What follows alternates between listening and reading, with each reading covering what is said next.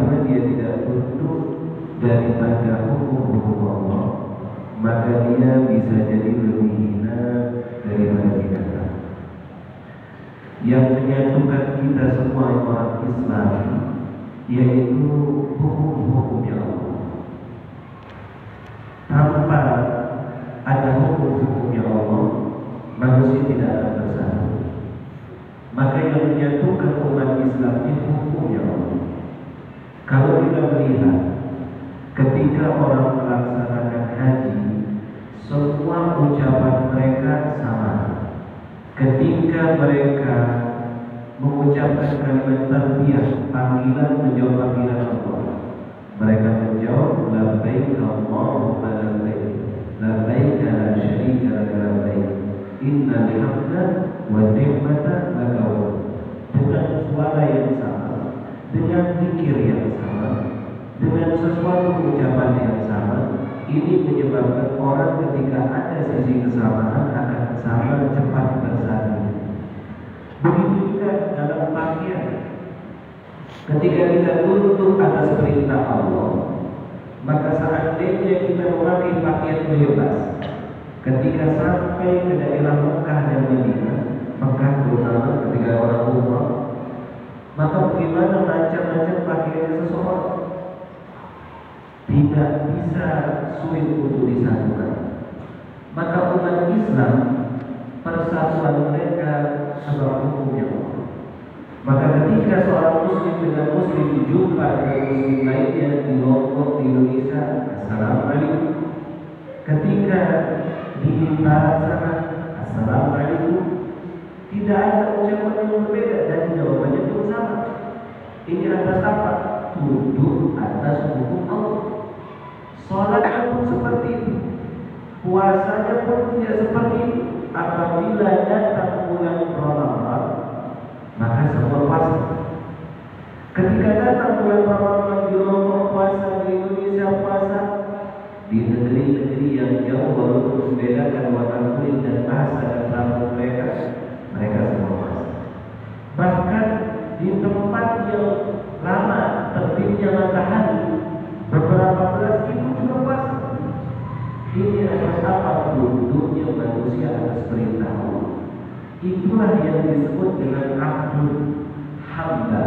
Hamba ini ketika dia tunduk atas perintah Allah, Allah senang sama dia. Tapi ketika dia mengangkat dirinya tidak mau tunduk atas perintah Allah, maka Allah akan hinakan dia. Sejatinya Bapak Ibu, orang yang sombong itu bukan meninggikan dirinya, tapi dia sedang menghinakan dirinya. Karena semua di dalam sejarah kesombongan itu akan berakhir dengan kehinaan. Tidak ada cerita kesombongan yang tidak berakhir dengan kehinaan. Maka ketika kita menundukkan diri kita atas hukum-hukum Allah, bukan kemauan kita, atas kemauannya Allah, maka itu yang menjadi penyebab kita dicintai sama Allah Subhanahu wa Ta'ala. Kalau kita melihat ayat Al-Quran, Allah berfirman, "Qul in kuntum tuhibbunallah fattabi'uni." Katakan wahai Nabi Muhammad kepada hamba-Mu, siapapun yang ingin mendapatkan cintamu, ridha, surgamu, fattabi'uni, ikuti Nabi Muhammad SAW.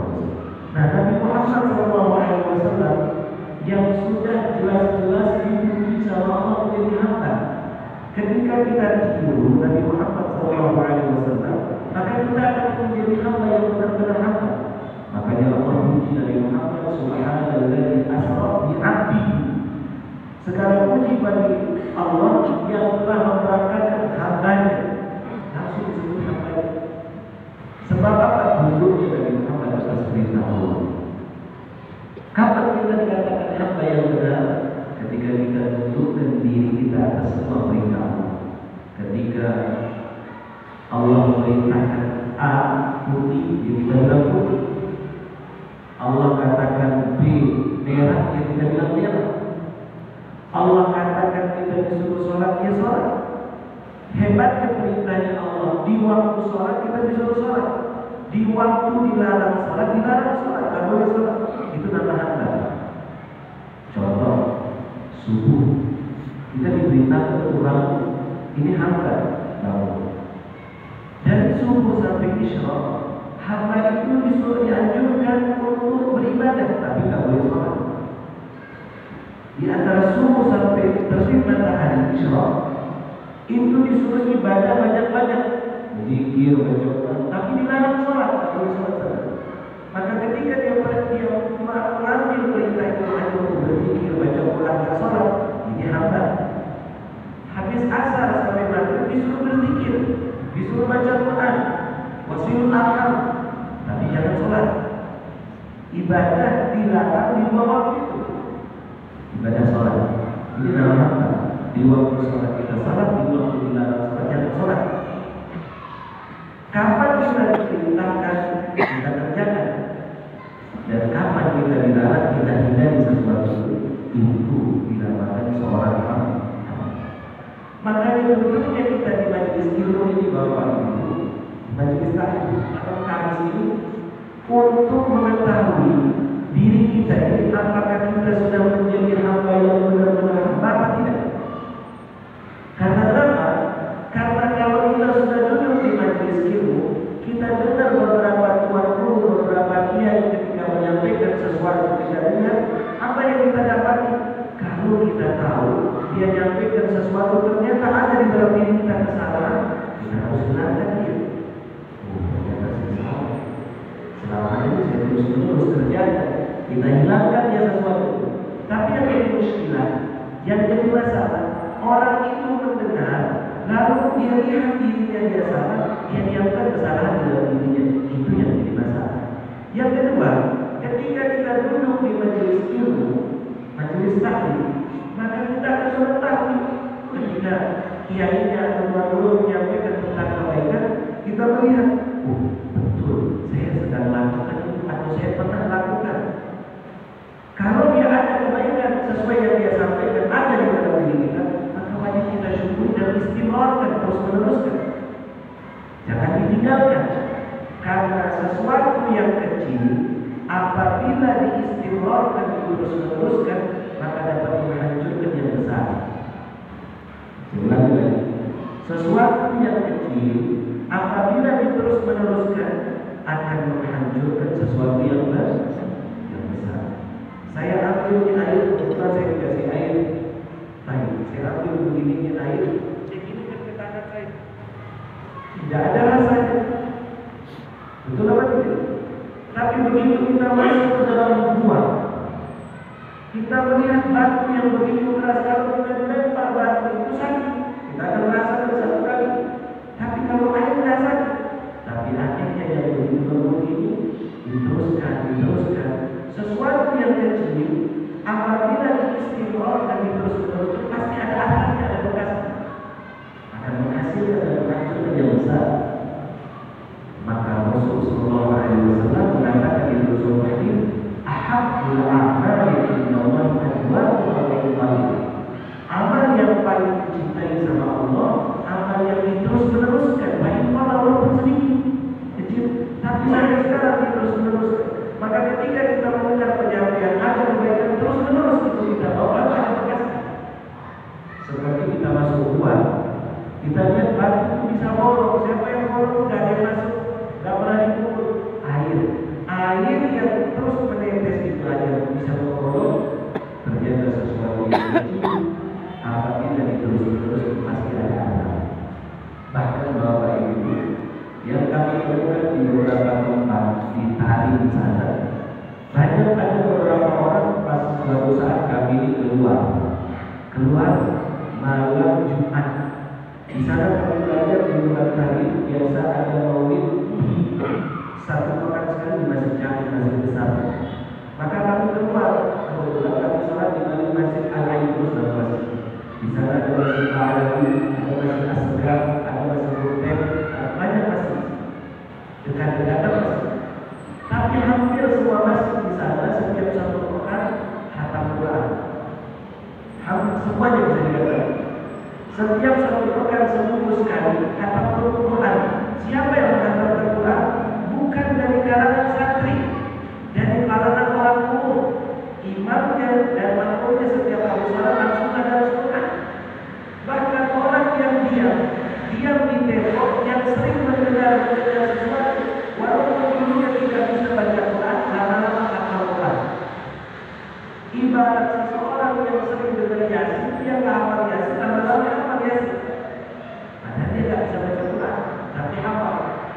Suatu saat kami itu habis salat maghrib, kami lihat ada 5 orang sedang tadarus Quran dan 2.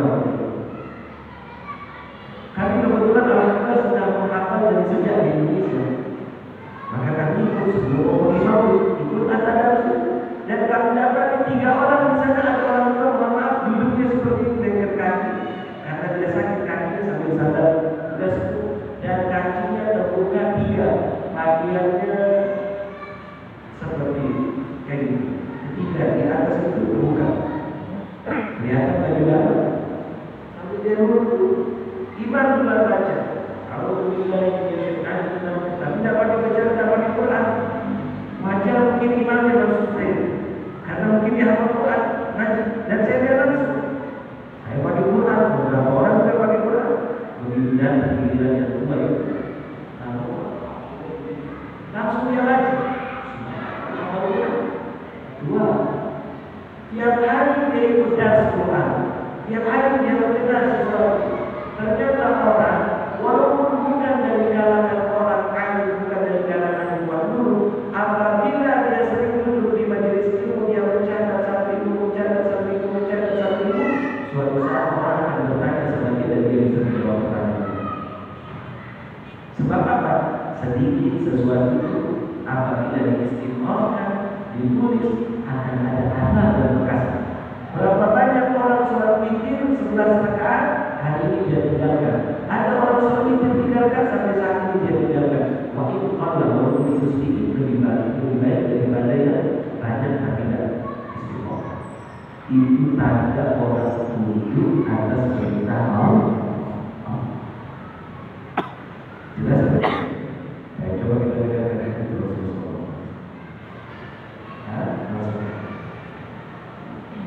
Bismillahirrahmanirrahim. Hadis ke-1. Wa 'an Abi Hurairah radhiyallahu ta'ala anhu qala lamma nazalat 'ala Rasulillah sallallahu alaihi wasallam billahi ma fis samawati wa ma fil ardh wa in tubdu ma fi anfusikum aw tukhfuhu yuhasibukum bihi al-ayat.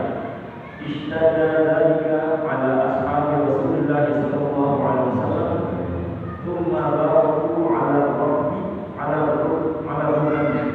فقالوا أي رسول الله صلى الله عليه وسلم كلفنا من الأعمال ما نطيق الصلاة والجهاد والصيام والصدقة وقد أنزلت عليك هذه الآية ولا نطيقها. قال رسول الله صلى الله عليه وسلم أتريدون أن تقولوا كما قال أهل الكتابين من قبلكم سمعنا وعصينا بل قولوا سمعنا وأطعنا غفرانك ربنا وإليك المصير. فلما قرأها القوم ودلت بها ألسنتهم أنزل الله تعالى آمن الرسول بما أنزل إليه من ربه والمؤمنون كل آمن بالله وملائكته وكتبه ورسله لا نفرق بين أحد من رسله وقالوا سمعنا وأطعنا غفرانك ربنا وإليك المصير. فلما فعلوا ذلك نسخها الله تعالى فأنزل الله عز وجل لا يكلف الله نفسا إلا وسعها لها ما كسبت وعليها ما كسبت ربنا لا تؤاخذنا إن نسينا أو أخطأنا. قال نعم ربنا ولا تحمل علينا إصرا كما حملته على الذين من قبلنا. قال نعم ربنا ولا تحملنا ما لا طاقة لنا به. قال نعم واعف عنا واغفر لنا وارحمنا أنت مولانا فانصرنا على القوم الكافرين. قال نعم. Ini ayat yang sering kita dengar dan disunahkan dibaca setiap masuk maghrib. Bagi kita semua muslim baik laki-laki maupun perempuan disunahkan membaca ayat ini, yaitu akhir daripada Al-Baqarah billahi bersama sampai akhir. Dan ini termasuk daripada ayat ruqyah yang apabila seorang baca ketika maghrib, maka malam itu dia tidak akan terkena sihir bagaimana menghemat sihir. Maka kita kalau sudah ada maghrib atau setelah sholat maghrib sambil jalan pulang, lillahi ma fis samawati wa ma fil ardh wa yaqulu ma fi anfusikum wa huwa yahsibu sampai akhir. Bagi kita Bapak Ibu yang belum baca, nanti di rumah kita baca akhir Al-Baqarah yang lalu baca lillahi ma fis samawati ini sampai akhir ayat. Dan ini ada sejarah kenapa ayat itu turun dan bagaimana sahabat mendengar ayat itu ketika turun, sikap mereka bagaimana, dan bagaimana Rasul ketika mendengar jawaban sahabat Nabi dikatakan sama sahabat bagaimana sikapnya tersebut ketika mengajarkan kepada sahabat Nabi Muhammad SAW. Coba kita dengar tentang judulnya, tentang bagaimana duduknya kita atas hukum-hukum Allah. Dari Abu Hurairah radhiyallahu anhu berkata, ketika ayat surat ini turun kepada Rasulullah SAW, yang artinya kepunyaan Allah segala apa yang ada di langit dan di bumi. Jika kamu melahirkan apa yang ada di dalam hatimu atau menyembunyikannya, niscaya Allah akan membuat perhitungan dengan kamu dan orang itu. Allah katakan apapun yang kita sembunyikan di dalam hati, yuhasibukum billah, Allah akan hisab, dihitung. Kursi dijelaskan di kitab Al-Ba'in Nawawi. Wa in hamma bisayyi'atin falam ya'malha kataballahu hasanatan kamilatan. Siapapun yang berkeinginan untuk mengerjakan dosa tapi tidak jadi, maka Allah tulis satu pahala. Misal ada orang berencana membuat buruk, tapi gara-gara ada tamu gak jadi. Ada orang berencana mengerjakan keburukan sama temannya, gak jadi. Allah tulis satu pahala. Karena kenapa? Dia urungkan niatnya tersebut sebab niat buruk tapi gak jadi. Tapi ini gak berlaku kalau di Mekah. Di tanah haram, bapak-bapak, siapapun yang berniat buruk itu langsung dicatat sama Allah. Jelas? Makanya orang-orang para ulama selalu berpesan hati-hati sama ucapan qadar. Jaga hati.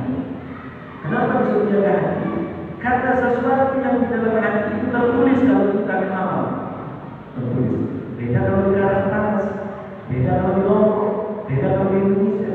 Bukan di tanah haram. Makanya tidak ditulis.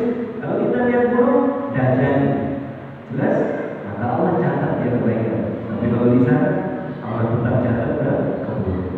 Dan perlu diketahui oleh bapak-bapak ibu, setiap hamba itu ada dua malaikat di samping kanan dan di samping kiri.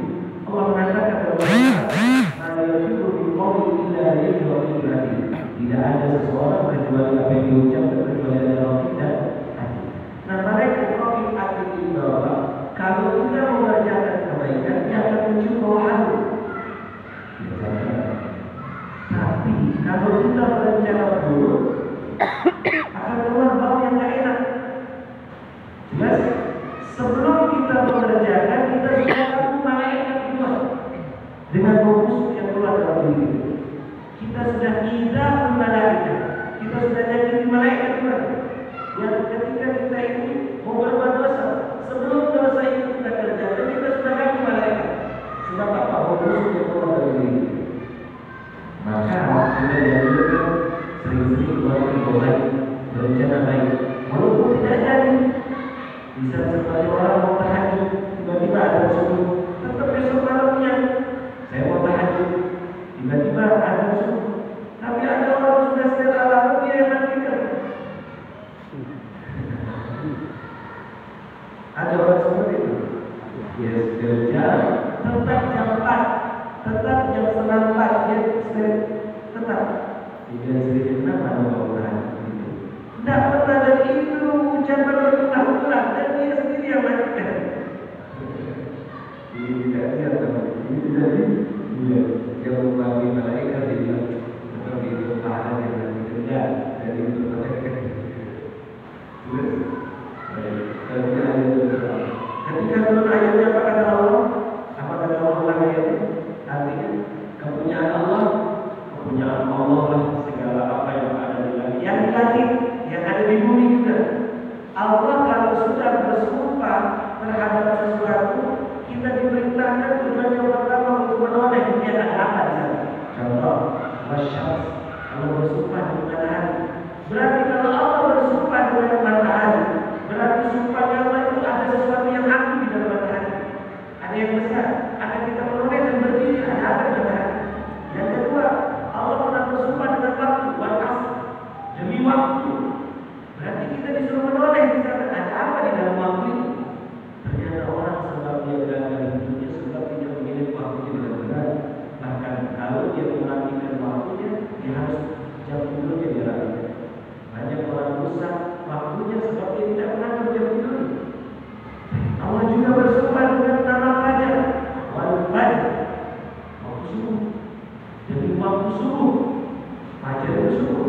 Kalau Allah sudah bersuka dengan nama Fajr subuh, waktu lain sholat dan disuruh makan, tapi waktu subuh disuruh makan.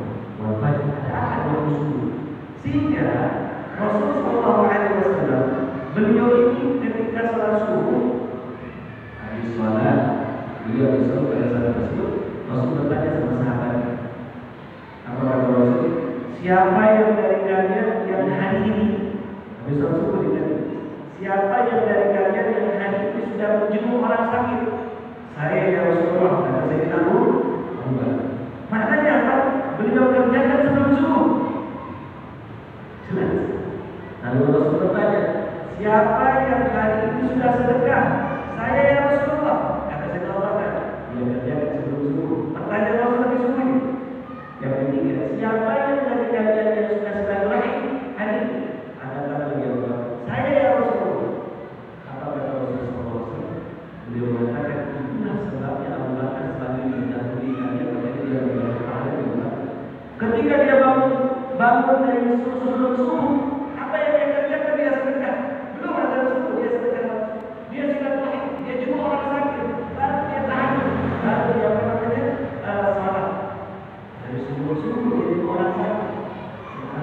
Hari pertama, siapapun yang membuka hatinya kuncinya itu, kunci.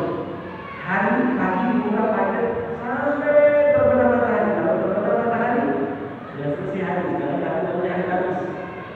Nanti saya mau cerita sama Mas Bian tentang hari Rabu. Hari Rabu sahabat terakhir. Hari Rabu sahabat terakhir. Kalau Rabu bukan hari apa?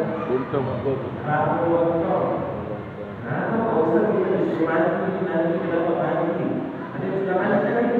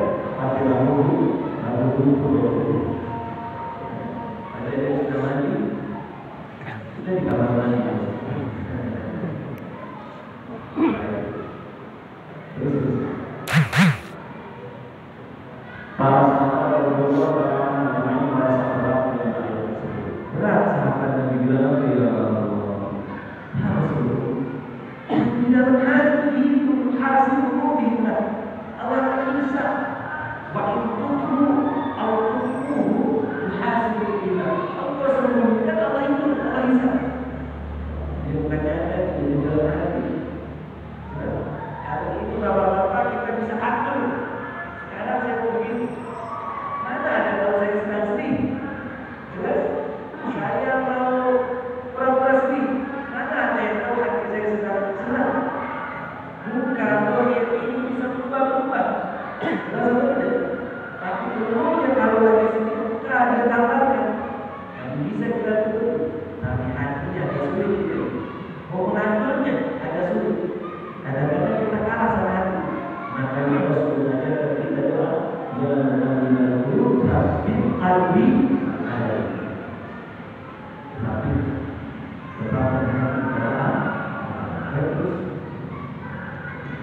Kemudian mereka datang kepada Rasulullah Sallallahu Alaihi Wasallam.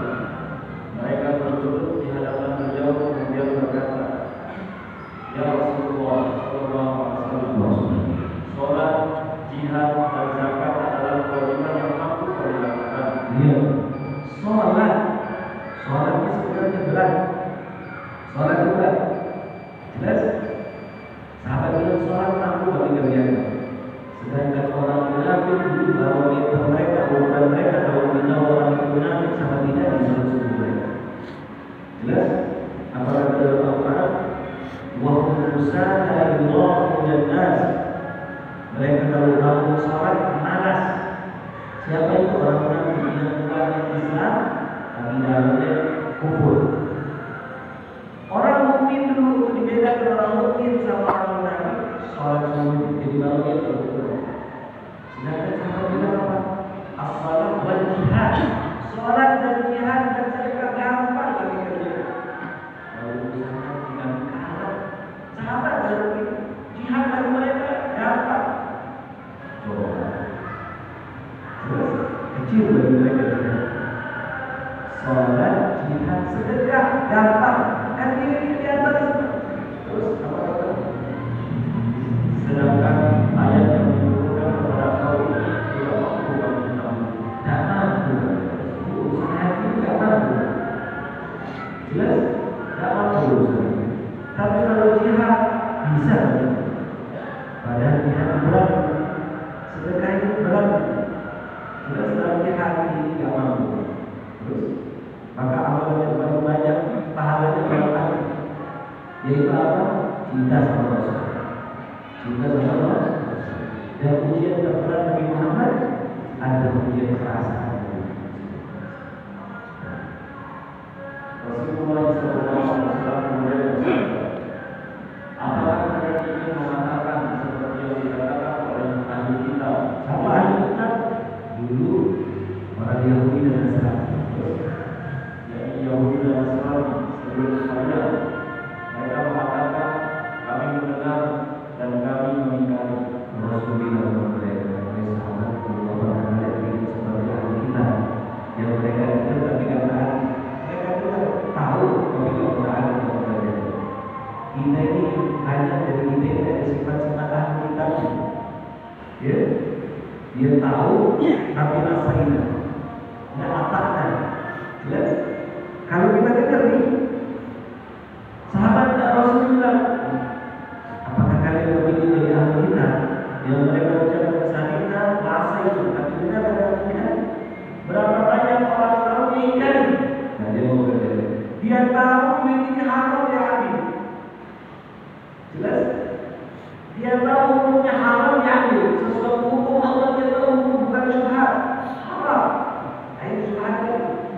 Dia tahu hukumnya haram dia kerjakan. Dia tahu kalau dia tahu itu haram. Dia tahu chat sama siapa itu haram. Sama-sama. Jelas? Haram. Tapi dia kerjakan. Jelas apa itu? Akan tetapi katakanlah kami dengar dan kami taat. Kami memohon ampunan kepadamu ya Tuhan kami, kepadamu tempat kembali. Ketika para sahabat Rasulullah telah membacanya dan lidah mereka sudah terbiasa, Allah Subhanahu Wa Taala menurunkan ayat berikut.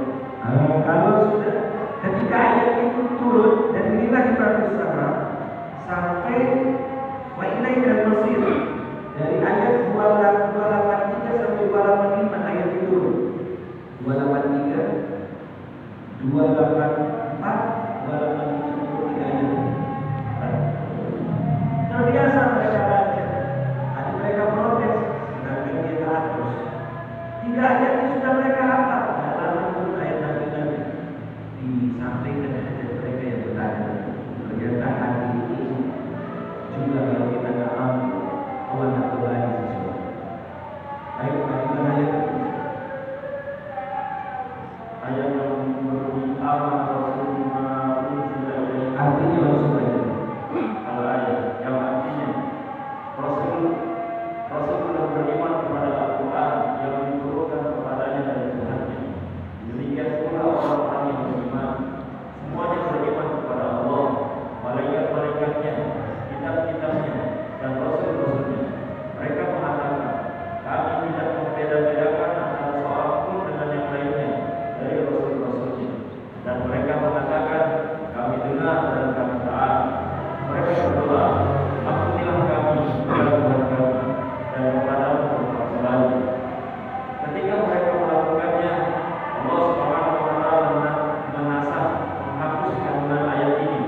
dia dihapus ayat sebelum dengan ucapan la ilaha illallah.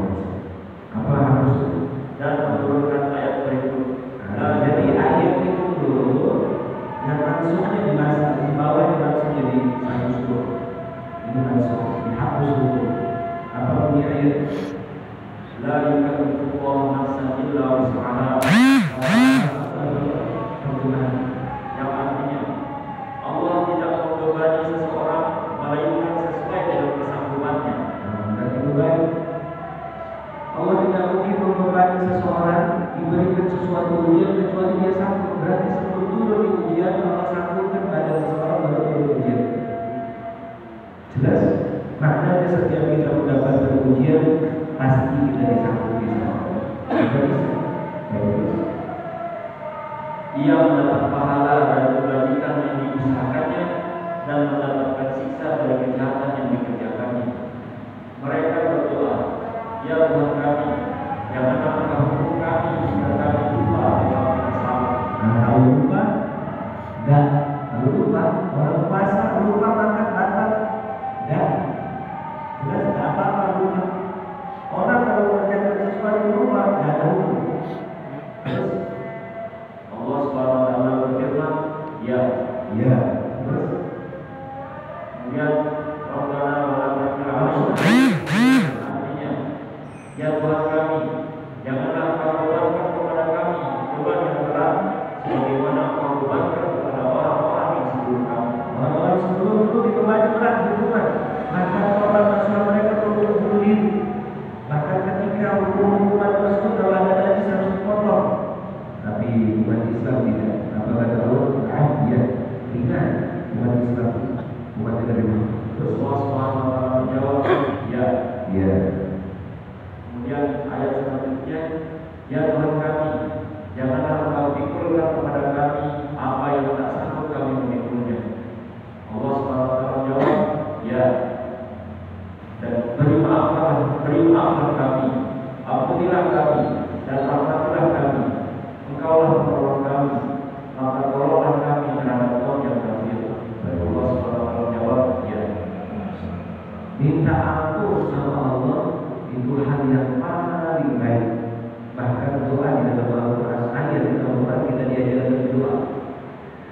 Rasul mengatakan dalam riwayat Imam Ahmad, "Kullu bani Adam khata', wa khairu khata'in at-tawwab."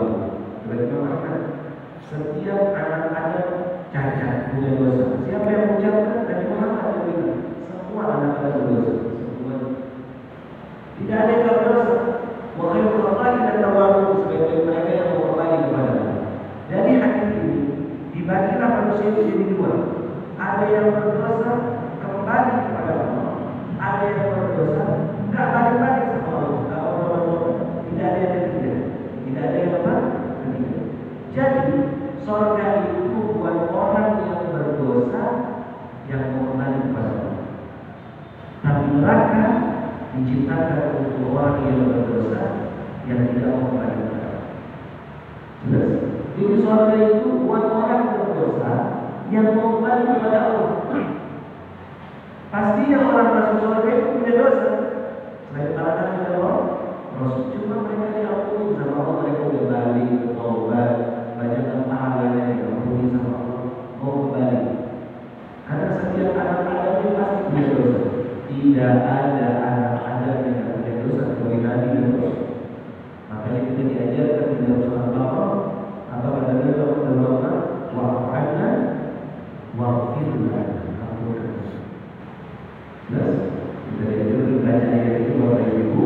Setiap malam ketika datang waktu maghrib, kita baca dari lisan sampai ayat terakhirnya. Ini disunahkan sama Rasul Sallallahu Alaihi Wasallam.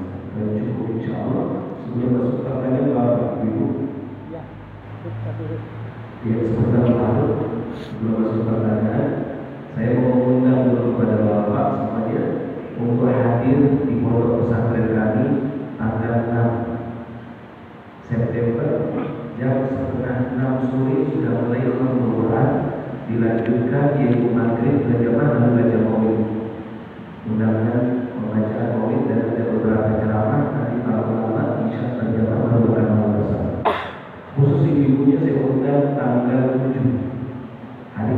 Minggu pada asar di rumah kami di sebelah masjid di Bidang.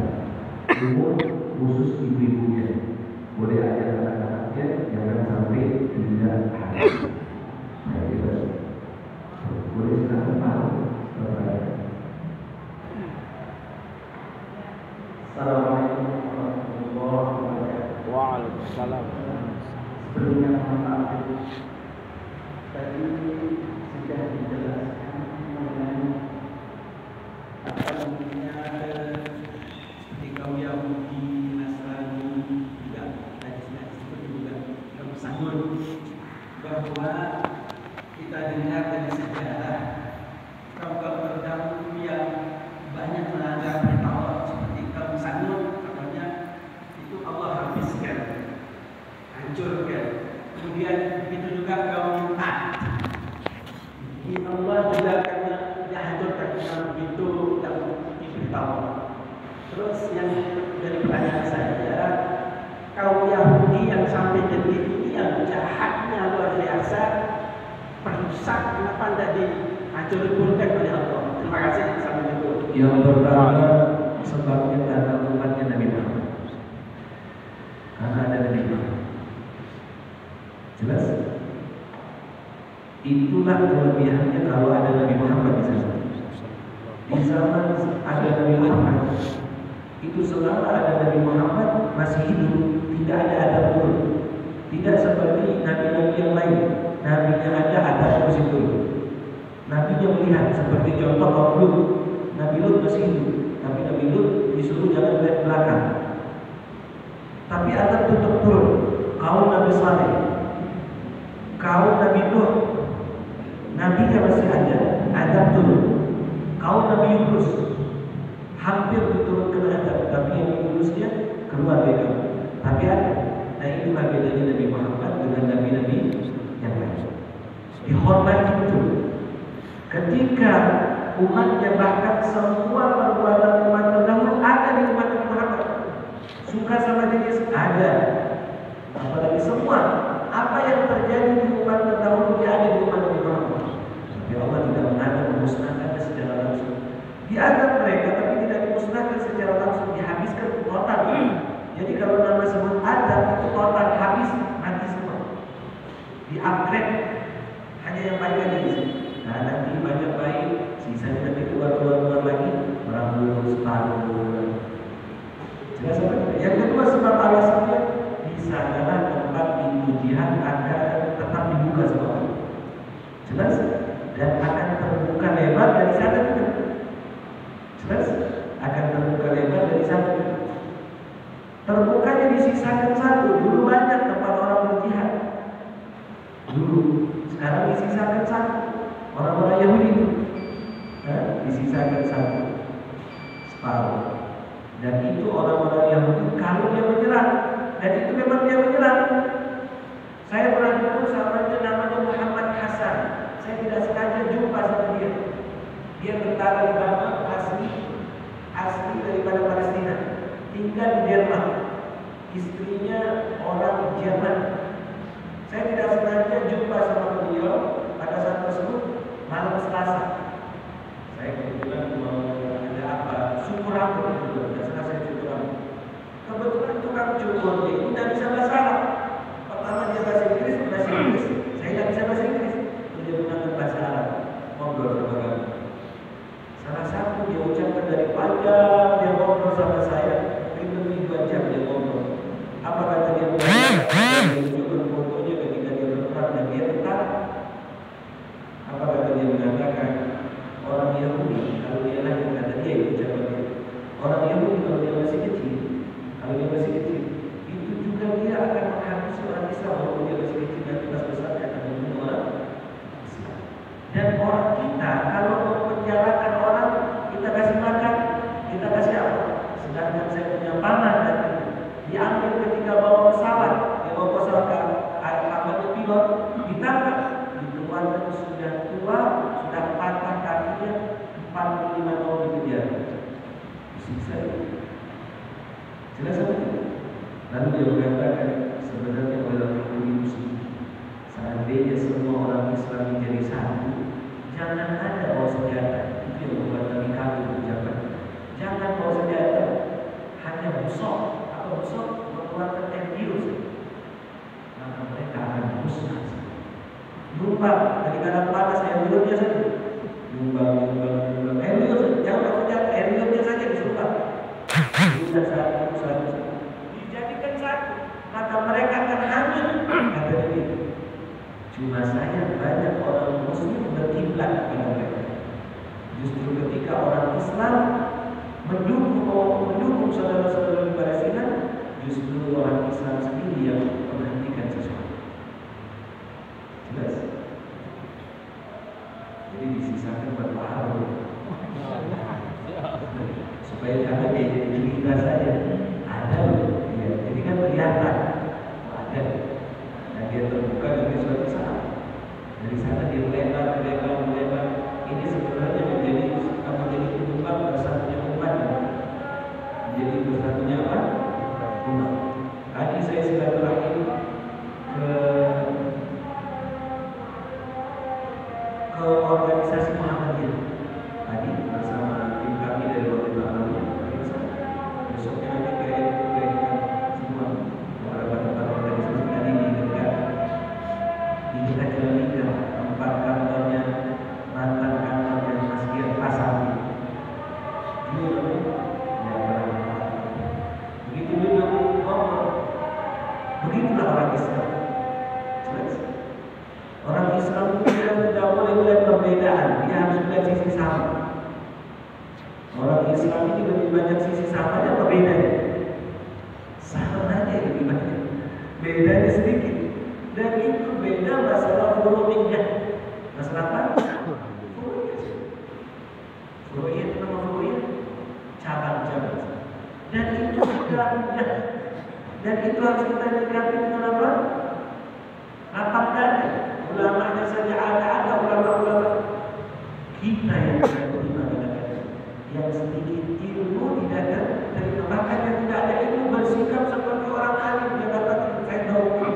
Dalam sikapnya orang tidak begitu. Orang berdakwah itu tidak boleh dengan kekerasan, tidak boleh dengan apa? Tahu hanya mengatur. Coba baca. Baik, ada pertanyaan lagi? Tidak ada. Lagi? Ibu-ibu ada pertanyaan? Cukup?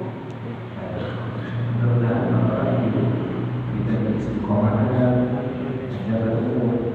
Pesan saya kepada Bapak Ibu, yang pertama kita niatkan majelis taklim dalam hati kepada orang tua kita. Yang kedua, jangan lupa setiap malam baca surah Al-Mulk, surah As-Sajdah, 10 ayat pertama sampai ayat terakhir dari surah Al-Kahfi, dan kita harus memiliki zikir pada kita. Bagus kita membaca Ratibul Haddad, itu wirid-wiridnya Nabi dikumpulkan jadi satu. Dan pagi kita membaca Wiridul Latif, wirid-wiridnya Nabi dikumpulkan jadi satu oleh ulama yang bernama Habib Abdullah bin Al-Haddad. Beliau bukan mengarang, cuma dikumpulkan jadi satu. Apa aurat-aurat Nabi dan sering Nabi baca itu dibaca. Dan semua dalilnya sahih. Mudah kita bisa amin. Kita sama-sama berdoa. Ya Rabbana bi annana tasarrafna وأننا أشرفنا وأننا أشرفنا فتب علينا توبة واغفر لكل هوى واستر لنا عوراتي وآمن الرواتي واغفر لوالدينا ربي ومولودينا والأهل والإخوان وسائر الخلان وكل ذي محبة أو جرة أو صحبة والمسلمين أجمع آمين يا ربي اسمع فضلا وجودا منا لا باكتساب منا بالمصطفى رسولي نرضى بكل سوري صلى وسلم ربي عليه عد الحبيب وأهله وصحبه على يتصص بي والحمد لله في البر والسماء.